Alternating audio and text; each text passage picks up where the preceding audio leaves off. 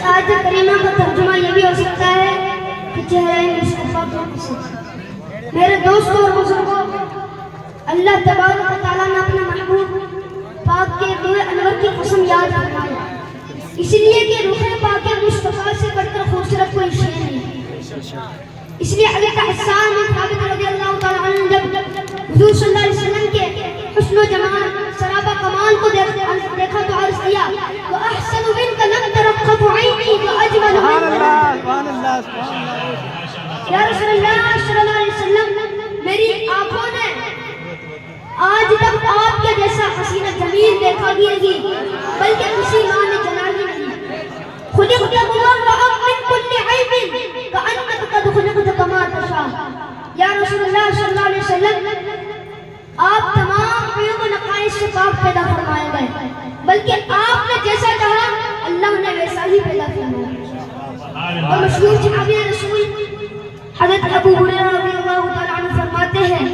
کہ میں نے کوئی چیز رسول کریم صلی اللہ علیہ وسلم سے بڑھ کر حسین و جمیل دیکھی نہیں، گویا کہ سورج آپ کے چہرے انور میں تیر رہا۔ اور حضرت جابر رضی اللہ تعالیٰ عنہ فرماتے ہیں کہ میں نے رسول کریم صلی اللہ علیہ وسلم کو 14ویں رات میں دھاری دار سخن یمنی جوڑے پہنے ہوئے دیکھا، تو میں کبھی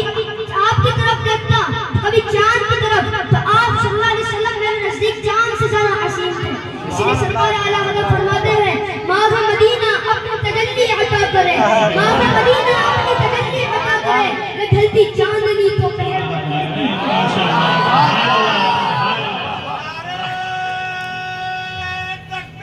اللہ اکبر، یا رسول اللہ۔ یہ ڈھلتی چاندنی تو پہر دوپہر کی ہے۔ اور مولانا روم رحمۃ اللہ علیہ مصنوی شریف میں فرماتے ہیں کہ دید سچی خوش بگفت اے آفتاب، نے از مشرق نے از مغرب خوش آباب۔ یعنی صدیق اکبر رضی اللہ تعالیٰ عنہ جب حضور صلی اللہ علیہ وسلم کے حسن و جمال کو دیکھا تو عرض کیا اے حسن و جمال کے آفتاب، تیرے جیسا حسین و جمیل نہ مشرق میں ہے نہ مغرب میں۔ حضرت گرامی، آپ نے دیکھا کہ حضرت حسان سے لے کر حضرت صدیق اکبر رضی اللہ تعالیٰ عنہ اجمعین تک یہی فرما رہے ہیں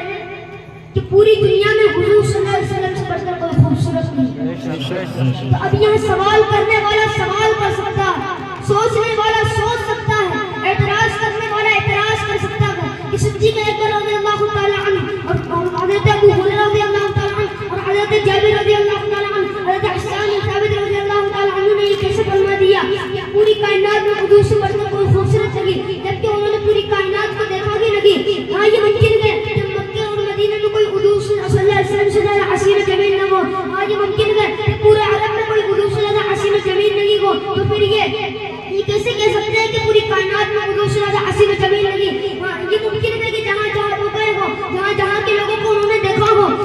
وہاں پر کوئی حضور سے زیادہ حسین و جمیل نہیں ہو، لیکن جہاں جہاں وہ نہیں گئے ہو، جہاں جہاں کے لوگوں کو دیکھا نہیں ہو، ان کے تعلق سے یہ کیسے کہہ سکتے ہیں کہ حضور سے زیادہ حسین و جمیل گئے؟ تو مثلا ہندوستان میں کوئی حضور سے زیادہ حسین و جمیل ہو، پاکستان میں کوئی ایسے شخص ہو جو حضور صلی اللہ علیہ وسلم سے زیادہ حسین و جمیل ہو، افغانستان میں کوئی ایسے شخص ہو جو حضور سے زیادہ حسین و جمیل ہو، لیبیا میں کوئی ایسا شخص ہو جو حضور سے زیادہ حسین و جمیل ہو، انڈونیشیا میں کوئی ایسا شخص ہو جو حضور سے زیادہ حسین و جمیل ہو، سری لنکا میں کوئی ہو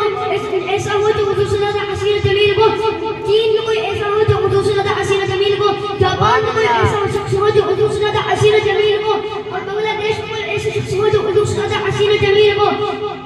امریکہ میں کوئی ایسا شخص ہے جو حضور سے زیادہ حسین و جمیل ہو، تو پھر صدیق اکبر رضی اللہ تعالیٰ عنہ کے فیصلے کو کیسے مانا جائے؟ حضرت جابر رضی اللہ تعالیٰ عنہ کے فیصلے کو کیسے تسلیم کیا جائے؟ حضرت ابو ہریرہ رضی اللہ تعالیٰ عنہ کے فیصلے کو کیسے مانا جائے؟ حضرت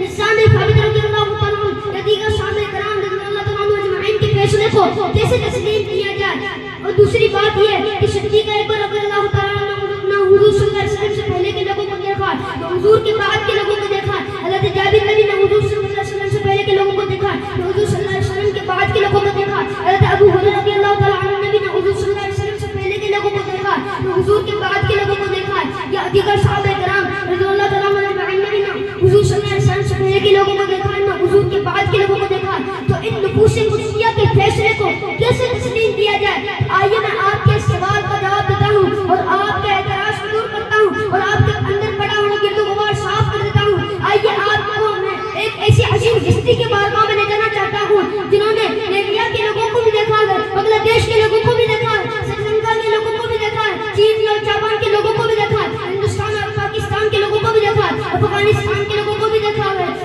امریکہ کے لوگوں کو بھی دیکھا ہے، جنہوں نے پوری دنیا کے کونے کونے خطے خطے گوشے گوشے کو دیکھا ہے۔ آئیے جانتے ہیں آپ یہ عظیم ہستی کون گئے؟ یہ عظیم ہستی وہ گئے جن کو ہم جبرائیل امین کہتے ہیں، جنہیں